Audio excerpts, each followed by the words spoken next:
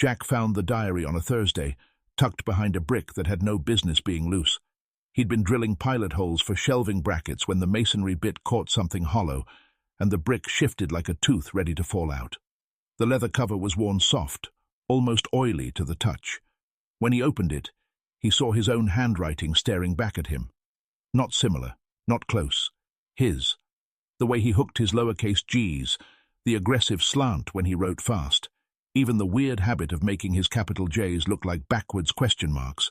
The first entry was dated March 15, 2014. He hadn't lived here in March 2014.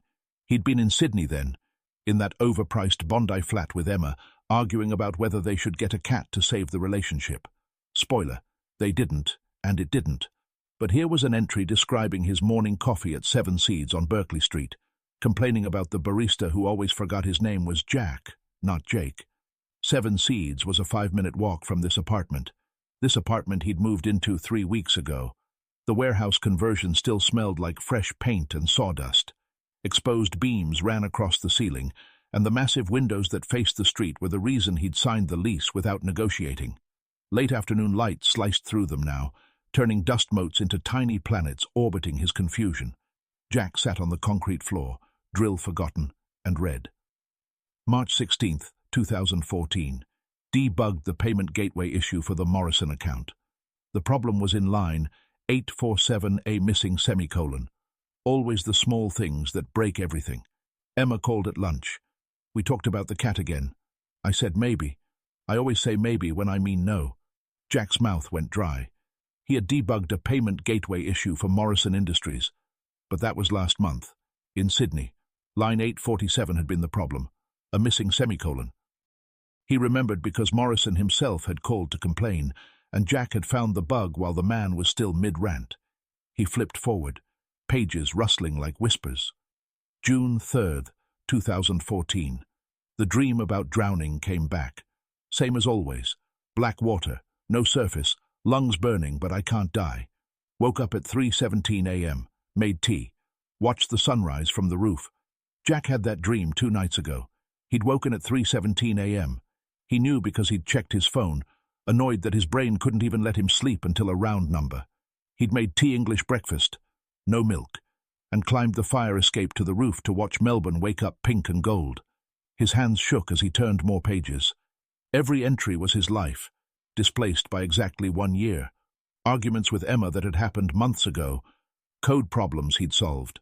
A woman at Southern Cross Station who'd dropped her shopping, and he'd helped her gather tins of soup that had rolled under benches. That was last Tuesday. In the diary, it was June 20th, 2014. The final entry stopped him cold. June 25th, 2014. Tomorrow I will start writing this diary. Tomorrow I will understand that the loop has closed. Tomorrow I will no longer be myself. Jack checked his phone. June 25th, 2015. Today. He stood too fast. Vertigo tilted the room. The diary fell, pages fanning out like evidence at a crime scene.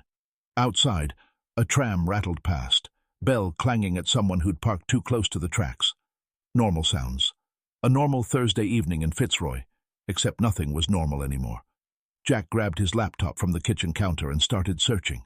Previous tenants of the apartment. His own digital footprint from 2014. Anything that might explain how someone could have written his life before he'd lived it. The property management company had records.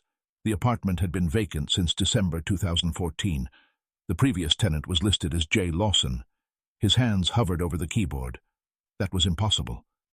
He pulled up his banking records, his lease from Sydney, photos with timestamps. All confirmed he'd been in Sydney throughout 2014, but then he found something that made his blood chill. A single transaction on his credit card from March 15th, 2014. 7 Seeds Cafe, Melbourne, $450, the exact price of a long black. Sleep didn't come that night. Jack sat at his kitchen table, the diary spread open, comparing entries to his calendar, his emails, his memory. Every detail matched, offset by exactly 1 year. The fight with Emma about the cat. The Morrison bug. Even small things. A neighbor's dog that wouldn't stop barking. A power outage that lasted exactly 43 minutes. A fortune cookie that said, "Your future is your past reformed." At 6 a.m., Exhaustion finally pulling at his eyelids, Jack made a decision. If the diary was right, he would feel compelled to buy a notebook today. He would fight it. Whatever this was, prank, paradox, or psychotic break, he wouldn't play along. He dressed, made coffee, and opened his laptop to work. Just a normal Friday. He'd debug code, invoice clients, and absolutely not buy a leather-bound diary. By noon, the compulsion was a physical ache. His fingers twitched toward his wallet. His feet wanted to walk to the vintage shop on Brunswick Street that sold overpriced notebooks to hipsters who thought handwriting was revolutionary. He chained himself to work, typing harder, focusing until his eyes burned. But at 2:17 p.m., he knew the exact time because he'd been watching the clock like it might attack. Jack found himself standing, keys in hand, walking out the door. The shop smelled like old paper and vanilla.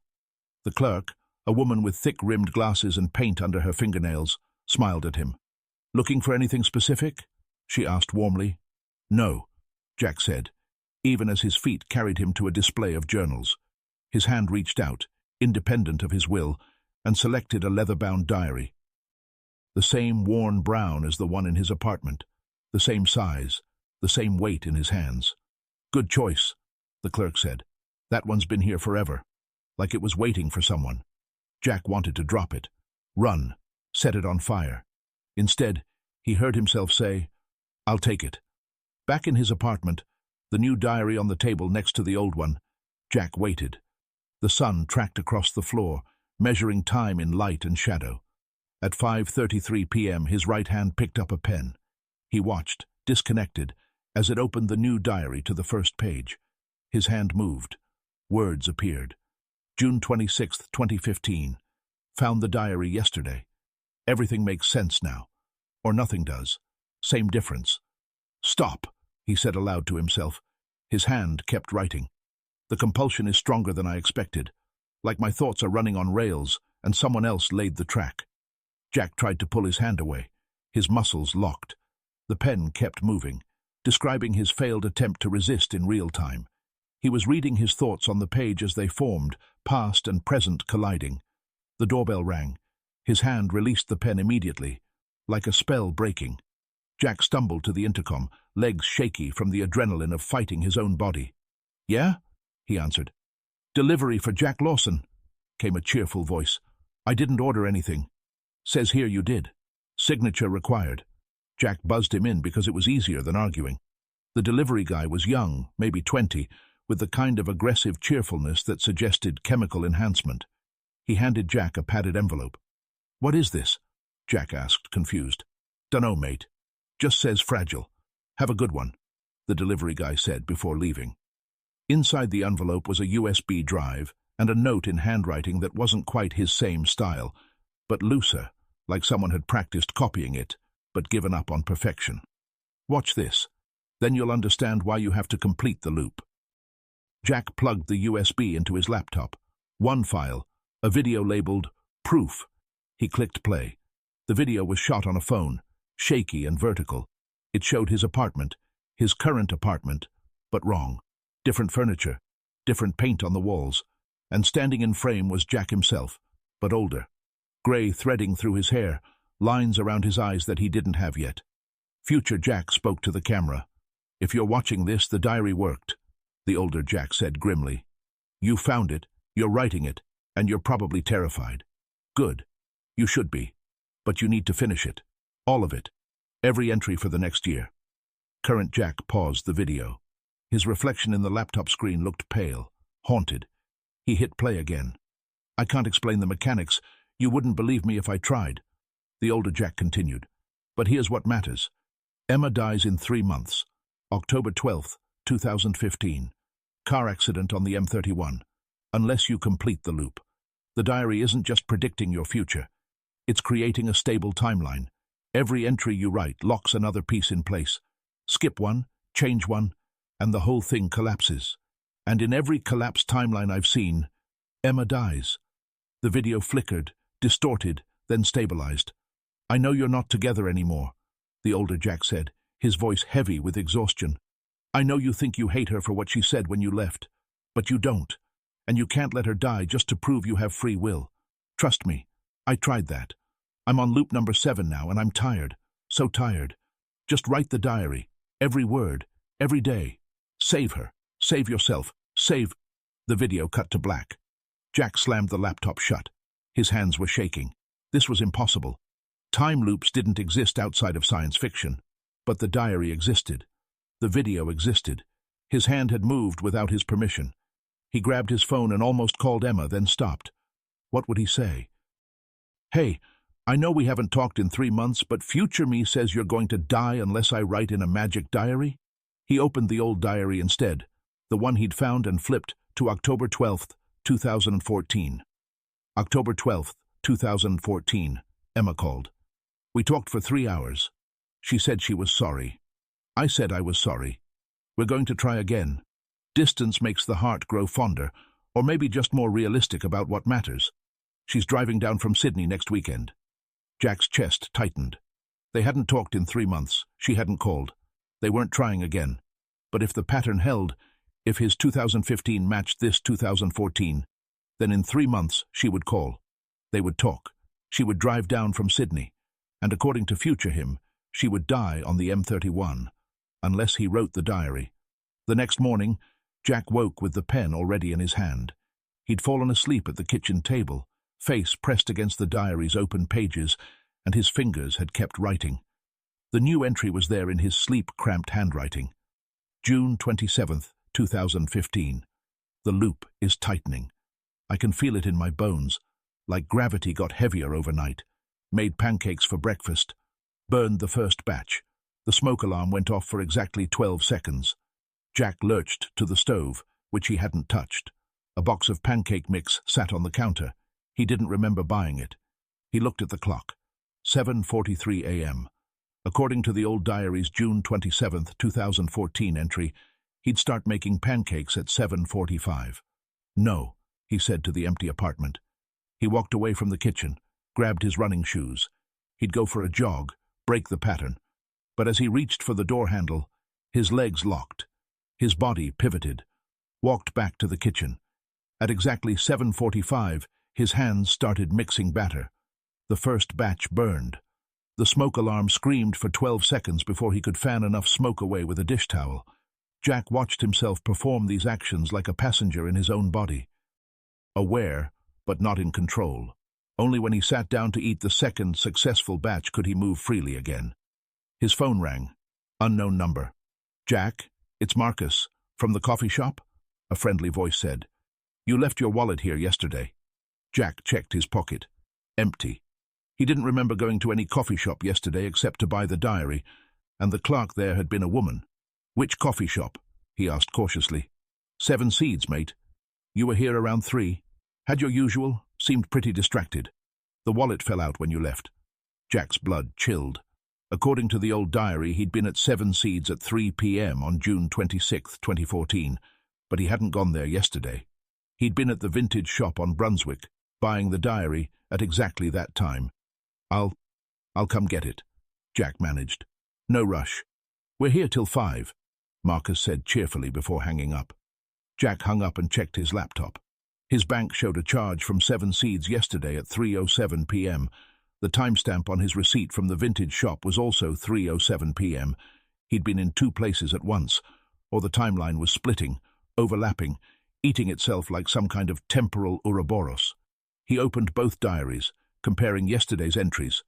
The old one described finding the diary in the wall. The new one, in his own fresh handwriting, described the same event, but with subtle differences. In the old version, the sun had been setting. In his version, it had been afternoon. Small fractures in the pattern. His phone buzzed. A text from an unknown number. Stop comparing them. You're making it worse. Jack typed back, Who is this? Someone who failed. Day 1, 247 of my loop. Don't end up like me. Follow the diary exactly. How many people are stuck in this? No response. Jack spent the next 3 days fighting and losing. Each morning, he'd try to deviate from the diary's script. Each time, his body would override his will at crucial moments. He'd decide to work from a cafe instead of home, then find himself at his desk anyway. He'd plan to order Thai food, then watch his fingers dial the pizza place. The only freedom came in the spaces between the moments the diary didn't document. But those gaps were shrinking. On July 1st, something changed. Jack woke without the compulsion to write. His hand was his own. He tested it, making a fist, typing nonsense on his laptop. Full control. The relief was dizzying. He grabbed the old diary, checking July 1st, 2014. July 1st, 2014. Day off from writing. Felt like myself again. Went to the Queen Vic market, bought too much cheese, ate it all anyway. Watched 3 episodes of that British detective show. Normal day. Thank God for normal days. A day off. The loop had gaps. Jack wanted to celebrate, to use this freedom to investigate, to find answers. But a darker thought crept in. If he had freedom today, he could choose not to continue. He could burn both diaries, leave Melbourne, never write another word, let the timeline collapse. But then, Emma would die. If future Jack was telling the truth, if any of this was real and not just an elaborate psychotic break. Jack pulled up Emma's Instagram. She looked happy in Sydney. New boyfriend, apparently. Some guy with a beard and a job at a startup. Photos of weekend hikes and fancy cocktails. She'd moved on. Why should he trap himself in this nightmare for someone who'd called him emotionally stunted and incapable of actual human connection? Because she'd been right. And because, despite everything, he didn't want her dead. Jack went to the Queen Vic market. He bought too much cheese, a wheel of brie, aged cheddar, some truffle nonsense that cost more than his weekly grocery budget. He ate it all while binge-watching British detectives solving murders in picturesque villages. A normal day. His last normal day, maybe. That night he called his sister in Brisbane. "Jackie, it's been months. What's wrong?" Sarah answered immediately, concern evident in her voice. "Nothing's wrong. Can't I just call?" Jack replied. "You never just call. You email. You text. You send birthday cards exactly 1 day late, but you don't call unless something's wrong," she said knowingly. Sarah knew him too well. Always had, even when they were kids and he'd tried to hide his report cards. "I'm thinking about Emma," he admitted quietly. "Oh, Jack, don't. She's moved on. You need to—" Sarah started to say.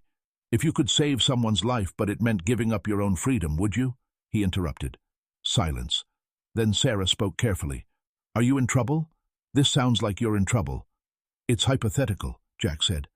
"Your hypotheticals are never hypothetical," Sarah countered. "Remember when you asked if I thought it was ethical to hack someone's email to prove they were cheating? And then Emma found those messages from her yoga instructor? This is different," he insisted. "Jack, whatever's going on, we can figure it out. Do you need money? A lawyer? I can drive down," she offered urgently. "I'm fine.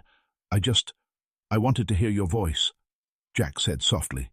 "Now you're scaring me," Sarah said, her worry deepening. "I love you, Sarah. You know that, right?" he said. "Jack," she began. He hung up. Outside, Melbourne hummed with its nighttime rhythm. Trams sparking on tracks, drunk people laughing their way home, the city alive and unaware that somewhere in its heart, time was eating itself. July 2nd brought the compulsion back, stronger than before.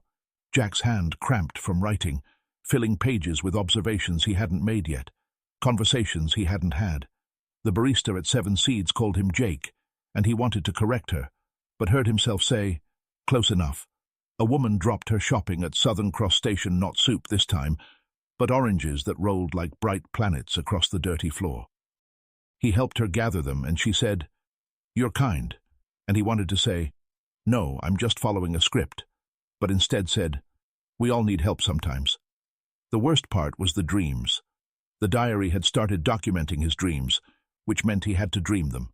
The drowning one came every Tuesday and Friday, exactly as described.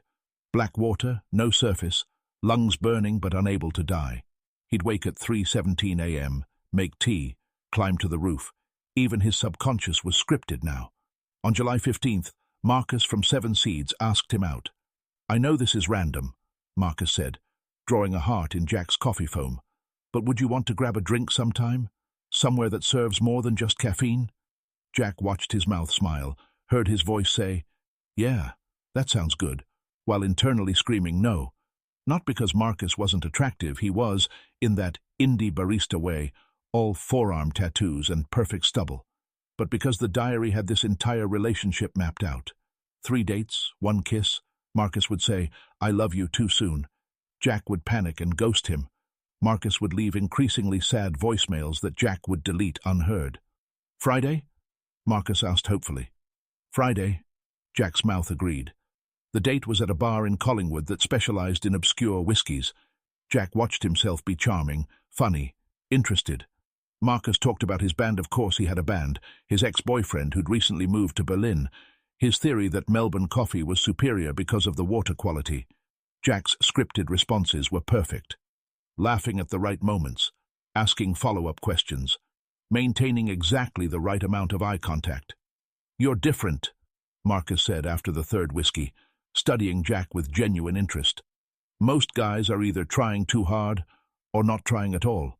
You're just present." Jack wanted to laugh. Or cry. He was the opposite of present. He was performing presence, reading from a script written by someone who might be himself, might be someone else, might be no one at all. "I should go," Jack heard himself say at exactly 11:47 p.m., as the diary dictated. "Already? I was hoping," Marcus began, disappointment flickering across his face. "I had a really good time." "Really? Can we do this again?" Jack interrupted. Marcus smiled. "I'd like that." They did it twice more. The 2nd date, dinner at a Vietnamese place where they'd run out of pho, so they ate spring rolls and laughed about it. The 3rd date, a movie neither of them would remember because Marcus would kiss Jack in the dark, and Jack would kiss back because the diary said he would, and it would feel both wonderful and wrong, like wearing someone else's perfectly fitted clothes. Then, as scripted, Jack stopped responding to texts. Marcus called twice, left voicemails that Jack deleted without listening, though he knew their content from the diary confusion. Hurt. A final, "I guess I misread things." Jack wanted to call back, to explain, to apologize, but the diary didn't include that. Marcus disappeared from the entries after July 30th, 2014, and so he would disappear from Jack's 2015. August arrived with the Melbourne winter in full force. Rain turned the streets into rivers of reflected light. Jack had filled 1 diary and started a 2nd, his handwriting getting looser, more automatic. Sometimes he'd write entire pages without conscious awareness, only reading later what his hand had produced. The entries were getting stranger. August 15th, 2015. The edges are showing. Saw myself in the coffee shop window, but I was walking the opposite direction, made eye contact with myself. We both looked tired. That hadn't been in the original 2014 diary. New things were appearing, glitches in the loop. Jack started a separate notebook, documenting the divergences, conversations that didn't match, places that looked different. People who knew his name when they shouldn't or didn't know it when they should. On August 20th, he got another video message. This time, it was delivered by hand a teenager on a skateboard, who wouldn't say who'd paid him. The USB contained a single file. Urgent. The video showed the same future. Jack, but older still. More gray. Deeper lines. A scar across his left eyebrow that current Jack didn't have. "Loop number 13, future Jack said without preamble, his voice ragged. "Maybe 14. I've lost count. The divergences you're noticing aren't bugs. They're features. The loop isn't perfect because it's not supposed to be. It's supposed to decay. Each iteration gets slightly worse, slightly more unstable. Eventually, it collapses completely." Future Jack held up a diary, its pages water-damaged and barely legible. "This is from Loop 3, he explained. "By the end, I could barely read my own writing. The ink was disappearing as I wrote it. The loop collapsed on October 11th, 1 day before Emma's accident. She died. I reset, started over, and over, and over." He leaned closer to the camera, his eyes hollow with exhaustion. "You're probably wondering why I don't just call her, warn her, break the loop but save her anyway. I tried. Loop 5. The moment I deviated that significantly, time broke, not collapsed, broke. I existed in 17 places simultaneously. I could see through all my eyes at once. Some of me were in Melbourne, some in Sydney. One was in London somehow. All of me were screaming." The video glitched, showing multiple overlapping versions of future Jack. "It lasted 8 minutes real-time. Felt like 8 years, he continued, haunted. When it stopped, I was back at the beginning. June 25th, finding the diary. So here's what you need to know. Finish the loop. Save Emma. Then find the source. There's someone else controlling this. Someone who started the first loop. Find them. Stop them. Or you'll end up like me, writing the same year over and over, watching everything you love decay a little more each time. The video ended. Jack sat in his apartment, rain hammering against the windows, and tried to process what he'd just learned. He wasn't just stuck in a loop. He was stuck in a decaying loop, one that would eventually collapse and kill Emma unless he completed it perfectly. And even if he succeeded, he'd just reset and start over, unless he could find whoever was orchestrating this. September brought false spring to Melbourne. The rain eased, trees showed tentative blossoms, and Jack's handwriting in the diary had become so automatic he could write while sleeping. He'd tested it, set up his phone to record, took sleeping pills, woke to find 3 pages of perfectly scripted entries and video of his unconscious hand moving across paper like a Ouija board planchette. On September 10th, exactly as the original diary predicted, his phone rang at 2:47 a.m. "Jack? It's Mom," a woman's voice said. His mother never called him Jack. It was always Jackie, even though he'd asked her to stop when he turned 30. Her voice was wrong, too hollow, like she was speaking from inside a tunnel. "Mom? What's wrong?" he asked, sitting up in alarm. "I'm not your mother, but she's safe, for now. We need to meet," the voice said calmly. Jack sat up, fully awake. This wasn't in the diary. "Who is this?" "Someone who made a mistake. Federation Square. Tomorrow. 3 p.m. Come alone, obviously," the voice instructed before the line went dead.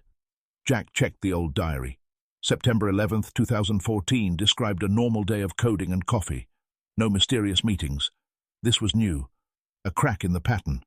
He arrived at Federation Square at 2:45, found a bench with good sightlines and waited. The plaza was full of tourists taking photos, kids on school trips, people eating lunch in the weak sunshine. At exactly 3 p.m. a woman sat down beside him. She looked familiar but wrong, like someone had averaged the faces of everyone he'd ever met. "You're noticing the divergences," she said, without greeting, matter of fact. "Who are you?" Jack demanded. "Call me Echo. Not my real name, but my real name doesn't matter anymore. I've been watching you since June. You're handling it better than most," she said. "Most?" he asked warily. Echo pulled out a phone, showed him a map of Melbourne dotted with pulsing red lights. 17 active loops currently running in the city. Yours is one of the more stable ones. Look. She zoomed in on Brunswick. 3 red dots pulsed in a cluster. These 3 poor bastards are looping the same day. October 12th, 2014. Over and over, they've been stuck for subjective decades. Jack's stomach turned. October 12th, the day Emma was supposed to die. "Why that day?" he asked. "Because that's the day the first loop started. The original. Patient zero, you might say," Echo explained, pocketing the phone. "Someone wanted to save someone they loved. They succeeded, but the loop didn't close cleanly. It metastasized, spread. Now Melbourne is riddled with temporal cysts, each one containing someone trying to save someone else. So future me was right. Someone did start this," Jack said. "Future you is an idiot. He's not from the future. He's from a parallel loop that's running about 3 months ahead of yours. That's why he looks older. He's been looping longer. The video messages are bleeding through because the barriers between loops are degrading," Echo corrected bluntly. Jack watched a seagull fight another seagull for a dropped sandwich. Normal bird problems. He envied them. "How do I stop it?" he asked. "You don't. You complete your loop, save Emma, and hope the system doesn't select you for another round. It's like a lottery nobody wants to win. Except," she paused, studying him, "you're different. Your loop has more divergences than it should. You're fighting it harder than most." "That's interesting." "Interesting how?" Jack pressed. "Interesting like maybe you could break out without collapsing. But the risk? 17 places at once. Future me told me," Jack finished. "Not future you. Parallel you. And it's worse than 17. The last person who tried to break free existed in every possible position simultaneously, spread across infinity. They technically still exist, everywhere and nowhere. Sometimes you can hear them screaming if you know which frequency to listen to," Echo said darkly. She stood to leave. "Wait, how do I find patient zero?" Jack asked urgently. Echo smiled sadly. You already have. Check the diary's copyright page. She walked away, dissolving into the crowd like sugar in water. Jack fumbled for the old diary, opened it to the front. There, in faded ink so light he'd never noticed it. Property of E. Lawson. E. Lawson. Emma. The world tilted. Jack gripped the bench to keep from falling. Emma had started this. Emma, who was supposed to die on October 12th, had somehow created a loop to save herself. But from what? And why did it spread? Why was he trapped in it? He called her. It rang once before going to voicemail. He tried again. Same result. On the third try, a different voice answered. His own. Stop calling her, other Jack said wearily. You're creating feedback. Every call makes another split. I'm handling 6 phones right now, all ringing with calls from myself. What the hell? Jack began. Parallel loops, remember? We're overlapping more as October approaches. Just stick to the diary. Save her. Don't think about the rest, other Jack instructed. She started this. Emma started the whole thing, Jack said. You don't know that, other Jack countered defensively. E. Lawson. The diary says, Jack argued. Could be Eric Lawson, Elaine Lawson, Edmund Lawson. Don't jump to conclusions, other Jack interrupted. But Jack knew. The handwriting in the copyright notice, though faded, had Emma's particular way of making capital E's like backwards 3s with an extra line. October arrived with unusual heat. Spring had accelerated into summer, skipping autumn's usual death. Jack filled diary number 3, his hand cramping permanently into a claw. He'd stopped fighting the compulsion. Resistance took energy he didn't have anymore. On October 8th, Emma called. Jack, it's me, Emma said, her voice exactly as he remembered, slightly husky, nervous when emotional. Jack's scripted response came automatically. Emma, it's been a while. 3 months. I know. I wanted to call earlier, but... She hesitated. But what? He prompted. I've been having dreams. About you. About us. They're so vivid. Like memories that haven't happened yet. Is that crazy? She asked tentatively. Yes, Jack wanted to say. Or no. We're both trapped in someone's temporal anxiety disorder. Instead, he heard himself say, dreams can feel real sometimes. In the dream, I'm driving to see you. It's October 12th. But something goes wrong. Everything goes black. Then I wake up and it's June again. And I'm writing in a diary I don't remember buying. Emma explained, her voice growing strange. Jack's blood froze. She was aware. Somehow through all the loops and parallels, Emma was becoming conscious of the pattern. Don't drive here on October 12th, he said urgently, breaking script for the first time in weeks. Silence. Then Emma's voice changed, became layered, like multiple Emmas speaking in harmony. That's not what you're supposed to say. What? Jack asked, confused. In the script. The diary. You're supposed to say, I've been having dreams too. But you didn't. You deviated, she said, her voice multiplying. You're going to break it. You're going to let me die. The phone melted in his hand. Literally melted. Plastic running through his fingers like hot wax. Jack dropped it, screaming, and watched it reform on the table, perfectly intact. His hand was unburned. The conversation had never happened. The diary was open to October 8th, showing no record of any call. But he remembered. And somewhere, Emma remembered too. October 11th came too fast. Tomorrow, Emma would either die or not die, the loop would complete or collapse, and Jack would either be free or reset to June 25th to start over. He'd written everything the diary demanded, followed every scripted moment except for the phone call that had been erased. He sat at his kitchen table, both diaries before him, and waited for midnight. At 11:58 p.m., someone knocked on his door. This wasn't in the diary. Jack opened it to find Emma standing in the hallway. But wrong. Her edges flickered like bad reception. Sometimes she had short hair, sometimes long. Sometimes the sweater was blue, sometimes green. Multiple versions of her overlapping imperfectly. I drove down early, she said, her voice a chord instead of a note. I couldn't wait. I had to see you. I had to know if you were real or just another echo. Emma, you can't be here. The timeline. Jack began. Fuck the timeline, she interrupted fiercely. She stepped inside, and Jack saw she was crying. All versions of her were crying. Do you know how many times I've died? 17. I've died 17 times. Car accident, heart attack, drowning. Once I just stopped. Existed 1 second, gone the next. No cause, just deletion. You started this. The loop. You created it, Jack said. She laughed, bitter and broken. I didn't create anything. I found a way to step sideways when the car hit me. Slipped between seconds. But I couldn't step back. I was stuck in the gap, watching myself die. Watching you mourn, watching everything continue without me. So I reached back. Wrote the diary. Created a stable loop where I don't die. But the others, Jack started. Echoes, ripples. The timeline trying to self-correct, Emma explained, flickering more violently, her form stretching and compressing. Every loop creates more instability, more people caught in the pattern. Melbourne is honeycombed with temporal trauma now. All because I was too scared to die. She flickered more violently, her form stretching and compressing. I need you to let me go, Jack. Let the loop collapse. Let me die properly this time, she pleaded. I can't.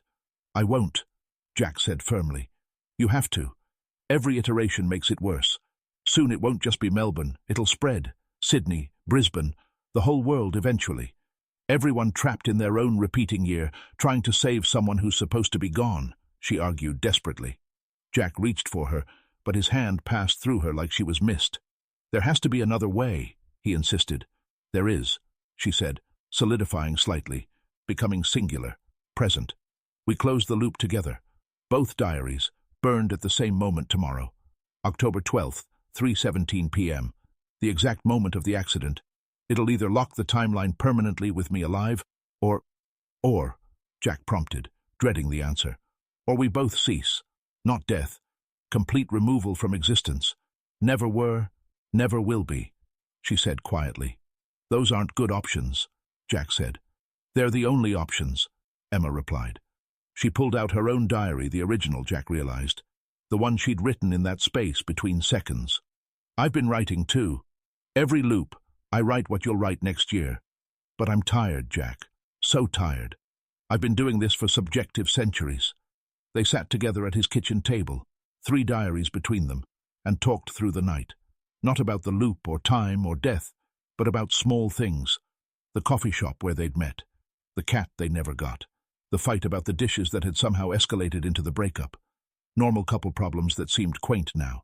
Precious even. At dawn, October 12th, Emma made pancakes. She burned the first batch. Even now, she said, laughing as the smoke alarm shrieked, even with all of time broken around us, I still can't cook. They spent the morning walking through Melbourne, seeing the city with eyes that knew it might be their last day existing. The streets were full of people living their own loops, unconscious of the temporal maze they navigated. Jack wondered how many of them were originals, and how many were echoes.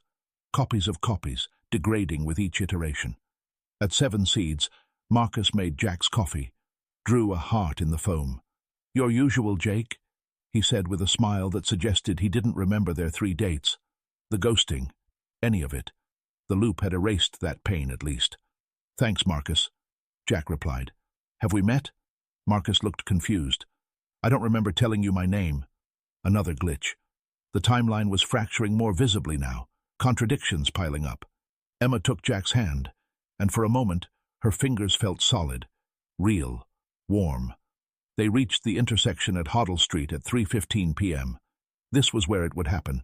A truck running a red light. Emma's car crumpled like paper, the moment that started everything.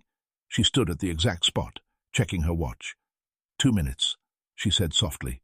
Jack held the diaries. All 3 of them. His lighter felt impossibly heavy in his pocket. What if we're wrong? What if burning them just resets everything? He asked. Then we try again, and again, until we get it right, or the whole system collapses, Emma said. She smiled sadly. But I don't think we're wrong. I can feel it. The loop wants to close. It's tired too. 3:16 p.m.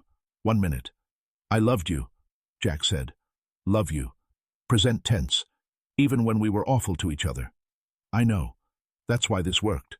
The loop only catches people who love someone enough to break time for them, Emma said. 3:17 p.m. Jack lit the diaries. They burned wrong too fast, too bright, the flames eating words that tried to rewrite themselves even as they turned to ash. Emma grabbed his hand as the fire spread up his arms, painless, but absolute. He could see through himself, through her, through the intersection where a truck was running a red light, where Emma's car wasn't, had never been. The last thing he saw was Melbourne folding in on itself like origami in reverse, all the loops collapsing, all the trapped people suddenly free or never trapped at all. He couldn't tell which. Emma squeezed his hand, solid for one perfect second. Then nothing. Then Jack woke in his apartment. June 25th, 2016. A year later. His phone was buzzing with messages, emails, life continuing. He checked his arms, no burn marks. Checked his table no diaries. Checked his memory. He remembered both timelines. The one where Emma died, and he found the diary. The one where Emma called him October 8th. They met for coffee. October 13th. Started over, moved to Brisbane together the next year. Both equally real, equally false, existing in superposition in his mind. His phone rang. Emma. Jack, I had the strangest dream, she said, sounding bewildered. We were in Melbourne, and time was broken, and you saved me. Or I saved you. Or we saved each other. It's fading now, but it felt so real. Yeah, Jack said, looking out his window at Melbourne's skyline, checking for cracks, for stutters, for signs of temporal trauma. Everything looked normal. Just a dream. Want to get coffee? I'm in the city for work. We could catch up, properly this time, Emma offered. Jack thought about loops and choice, about scripts and free will, about love that breaks time and time that breaks love, about Echo and Marcus and 17 people trapped forever in October 12th, now free or never trapped at all. Yeah, he said. Coffee sounds good. He grabbed his jacket, noticed something in the pocket, a folded piece of paper aged yellow at the edges. He opened it. The loop is closed. You're free, both of you. Don't look for the diary. Don't think too hard about what's real. Just live. E. The E could have meant Echo or Emma or something else entirely. Jack put the note back in his pocket and headed out into Melbourne's winter afternoon, where time moved forward 1 second per second, where coffee waited at 7 seeds, where Emma was alive and would stay that way, where the only loops that mattered were the ones people chose to make, day after day, in the ordinary course of loving someone. The diary, if it had ever existed, was gone. But sometimes, late at night, Jack would find himself writing in notebooks he didn't remember buying, documenting days that felt like echoes of echoes, never quite sure if he was recording or creating, remembering or prophesying. He learned to live with the uncertainty. It was better than the alternative, all of the alternatives.